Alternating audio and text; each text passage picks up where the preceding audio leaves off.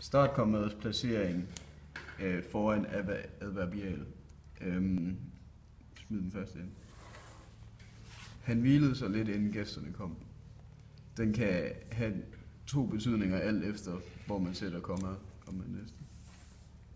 Han hvilede sig lidt, inden gæsterne kom, eller han hvilede sig lidt, inden gæsterne kom.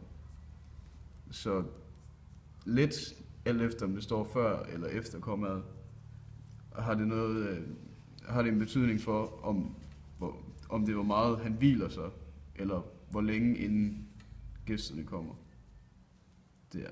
Så det skifter betydning alt efter hvor kommaet står.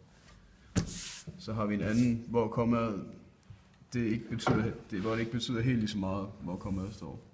Jeg traf ham en gang, jeg var på Mallorca. Jeg traf ham en gang, jeg var på Mallorca.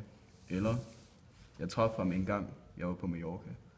Om en gang står før eller efter kommaet, er egentlig ikke så vigtigt for sætningens betydning. Så på den måde så er startkommaet ikke så vigtigt for den sætning.